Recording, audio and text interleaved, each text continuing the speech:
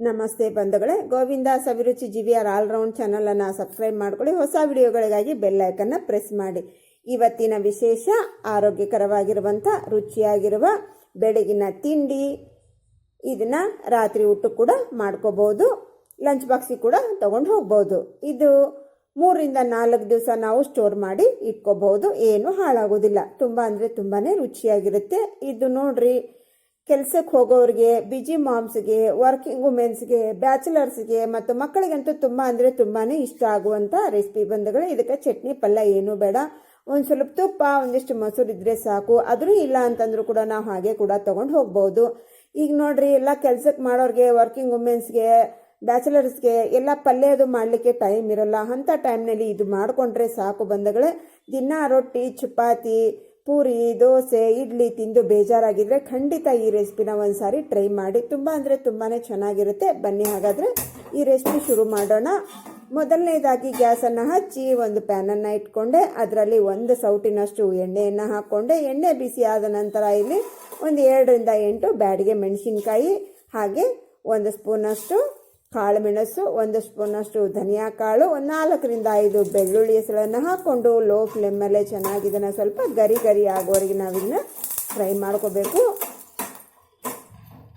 Flame ಲೋನೆಲ್ಲೇ ಇರಲಿ ಬಂಧುಗಳೇ. ಇದು ನೋಡ್ರಿ, ಬೇಗನೆ ಆಗುತ್ತೆ ನಮಗೆ. ಅದು ಆದ ನಂತರ 1 ಈರುಳ್ಳಿಯನ್ನು ಕಟ್ ಮಾಡಿ ಇಟ್ಕೊಂಡಿದ್ದೆ, ಅದನ್ನು ಹಾಕ್ಕೊಂಡೆ. ಹಾಗೆ 4 ರಿಂದ 5 ಕರಿಬೇವಿನ ಎಲೆಯನ್ನು ನೀಟಾಗಿ ತೊಳ್ಕೊಂಡು ಒರೆಸ್ಕೊಂಡು ಇಟ್ಕೊಂಡಿದ್ದೆ, ಅದನ್ನು ಹಾಕ್ಕೊಂಡು ಇದನ್ನು ಒಂದು 5 ಸೆಕೆಂಡ್ ಫ್ರೈ ಮಾಡಿದ್ರೆ ಸಾಕು. ನಮಗೆ ಈರುಳ್ಳಿಯ ಹಸಿ ವಾಸನೆ ಹೋಗಬೇಕು ಅಷ್ಟೇ, ಕಲರ್ ಚೇಂಜ್ ಆಗೋದು ಬೇಡ, ಜಾಸ್ತಿ ಫ್ರೈ ಆಗೋದು ಬೇಡ ನಮಗೆ. ಈ ಗ್ಯಾಸನ್ನು ಆಫ್ ಮಾಡಿಕೊಂಡು 1 ಸ್ಪೂನಷ್ಟು ಜೀರಿಗೆಯನ್ನು ಹಾಕ್ಕೊತಾ ಇದ್ದೀನಿ. ಈ ಜೀರಿಗೆ ಅದೇ ಜಳಕ್ಕೆ ನಮಗೆ ಫ್ರೈ ಆಗುತ್ತೆ ಬಂಧುಗಳೇ. ಹಾಗಾಗಿ ಜೀರಿಗೆಯನ್ನು ಕೊನೆಯದಾಗಿ ಹಾಕ್ಕೊಳ್ಳಿ. ಮುಂಚೆನೇ ಹಾಕ್ಕೊಂಡ್ರೆ ಜೀರಿಗೆ ಸೀದೋಗುತ್ತೆ.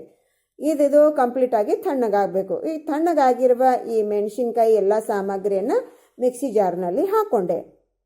ಇದಕ್ಕೆ ನೋಡ್ರಿ, ರುಚಿಗೆ ಅನುಸಾರ ಉಪ್ಪು ಹಾಕ್ಕೊಳ್ರಿ. ಒಂದು ಅರ್ಧ ಹಿಡಿಯಷ್ಟು ಅಂದರೆ ಒಂದು ಅರ್ಧ ಸೂಡಿನಷ್ಟು ನಾನು ಕಡ್ಡಿ ಸಮೇತ ಕೊತ್ತಂಬರಿಯನ್ನು ಹಾಕ್ಕೊಂಡಿದ್ದೀನಿ.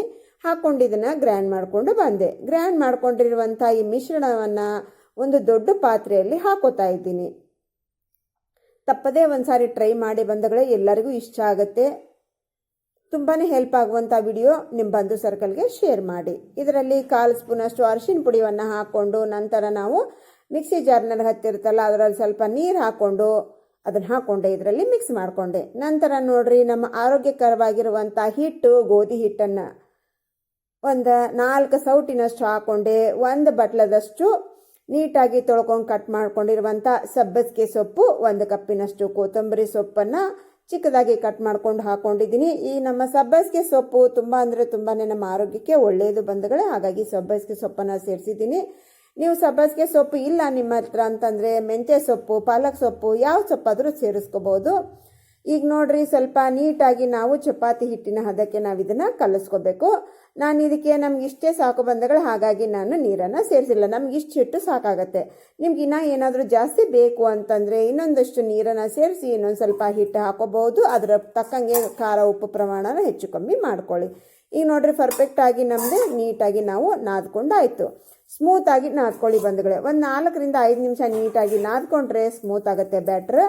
ಈಗ ನಮ್ಮ ಯಾವ ಗಾತ್ರದಲ್ಲಿ ಬೇಕೋ ಆ ಗಾತ್ರದಲ್ಲಿ ನಾವು ಉಳ್ಳಿಯನ್ನು ತೊಗೊಂಡಿದ್ದನ್ನ ರೆಡಿ ಮಾಡಿದರೆ ಆಯಿತು. ಇದನ್ನು ಪರ್ಮೆಂಟೇಷನ್ ಇಡಬೇಕು ಅನ್ನೋ ಅವಶ್ಯಕತೆ ಇಲ್ಲ, ನಾವು ದಿಢೀರಾಗಿಯೇ ಮಾಡ್ಕೋಬೋದು.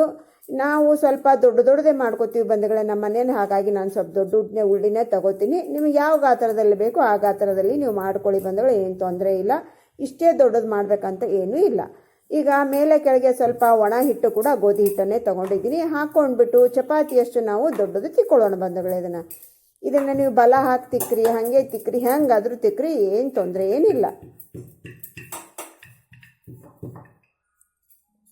ಚಪಾತಿ ಅಷ್ಟಾಗಲ್ಲ, ನಾನು ತಿಕ್ಕೊಂಡಿದ್ದೀನಿ ರೀ, ಇಷ್ಟು ದಪ್ಪ ಇರಬೇಕು. ಇದನ್ನ ಇವಾಗ ಹಾಗೆ ಕೂಡ ಸುಡ್ಬೋದು ನಾವು. ನೀವು ಶುಗರ್, BP ಮತ್ತು ನಿಮಗೆ ಎಣ್ಣೆ ಕಮ್ಮಿ ತಿನ್ನು ಅಂತ ಹೇಳ್ತಾರಲ್ವ, ಎಣ್ಣೆ ತಿನ್ನಬೇಡ ಅಂತ ಹೇಳ್ತಾರೆ, ಅಂಥವ್ರು ನೀವು ಹಾಗೆ ಡೈರೆಕ್ಟಾಗಿ ಫ್ರೈ ಮಾಡ್ಕೊಂಡು ತಿನ್ಬೋದು.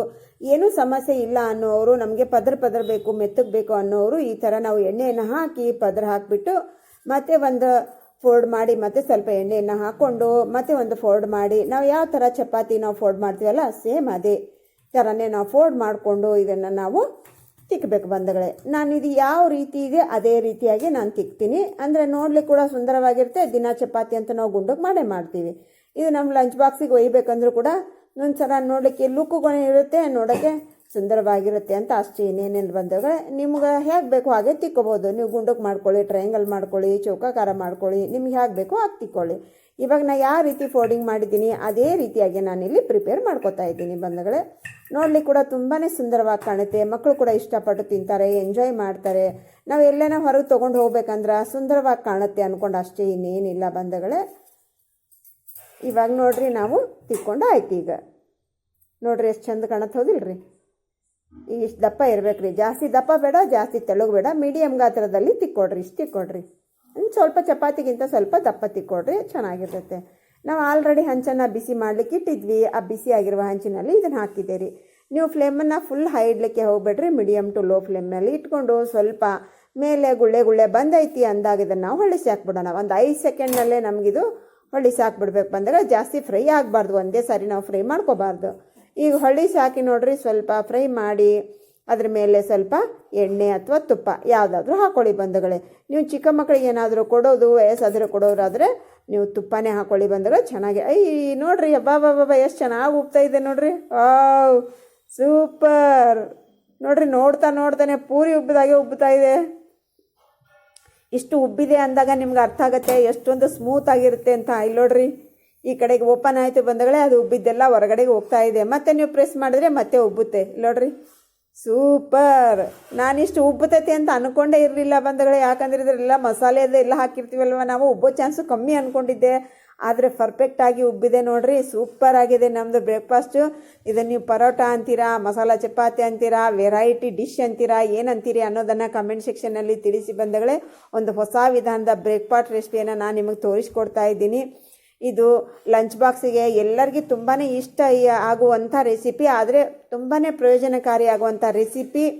ಇದಕ್ಕೊಂದು ಲೈಕ್ ಕೊಡ್ತೀರಾ ಅಂದ್ಕೊಂಡಿದ್ದೀನಿ. ಯಾರೆಲ್ಲ ಸಬ್ಸ್ಕ್ರೈಬ್ ಮಾಡ್ಕೊಂಡಿಲ್ಲ ಸಬ್ಸ್ಕ್ರೈಬ್ ಮಾಡ್ಕೊಡಿ. ಸಬ್ಸ್ಕ್ರೈಬ್ ಮಾಡ್ಕೊಂಡವರು ಒಂದು ಲೈಕ್ ಕೊಡಿ ಬಂಧುಗಳೇ.